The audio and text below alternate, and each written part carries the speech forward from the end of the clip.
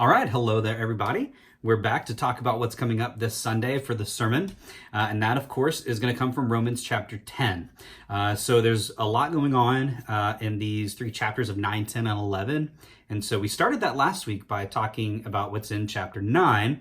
And Paul there, if you remember, begins this discussion of what's going on with the nation of Israel now. How do they factor in to this whole what's going on in salvation, right? How do they connect to Jesus if they don't follow Jesus? And so that's where Paul continues to take it this week. And he talks about really kind of two main things: Israel's unbelief, and he has a lot to say about that unbelief.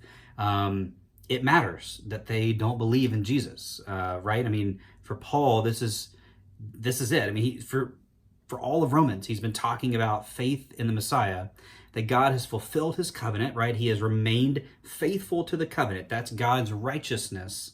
That's God's justice, that God has remained faithful. And he specifically did that through the good news. And the good news, or the gospel, is Jesus, right? The promised Messiah came and fulfilled the mission that he was supposed to enact.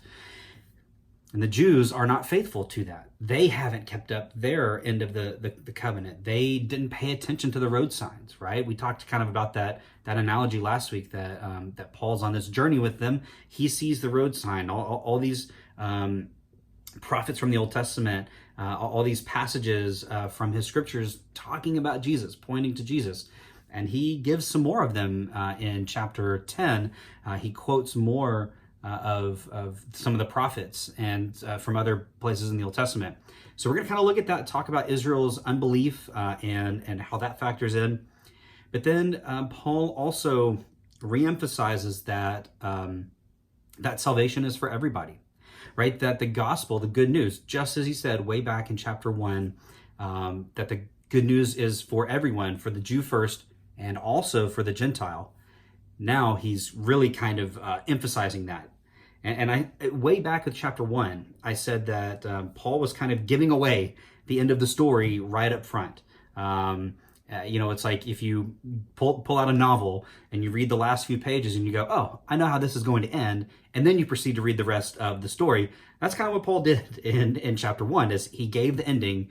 And now we're kind of seeing how that plays out, which is okay, right? Paul wants to be very upfront, very forceful with this, that that the Gentiles are just as much a part of God's salvation plan for the world through the Messiah as the Jews are, and that has obviously huge implications, right? I mean, it has changed the course of history, that this message of hope and salvation is also for the Gentiles. It would be a very different world today, I believe, if that message had not come through clearly like it needed to. So there are a lot of moving parts here. Chapter 10 is not real long, but it's got a lot of really good information in it. So those are kind of the two main things that we're going to look at this week, as well as kind of the Old Testament, some of the Old Testament passages that Paul is looking at. So read chapter 10 for yourself, kind of prepare in advance, and hopefully you'll get to be here for Sunday so we can talk about it together.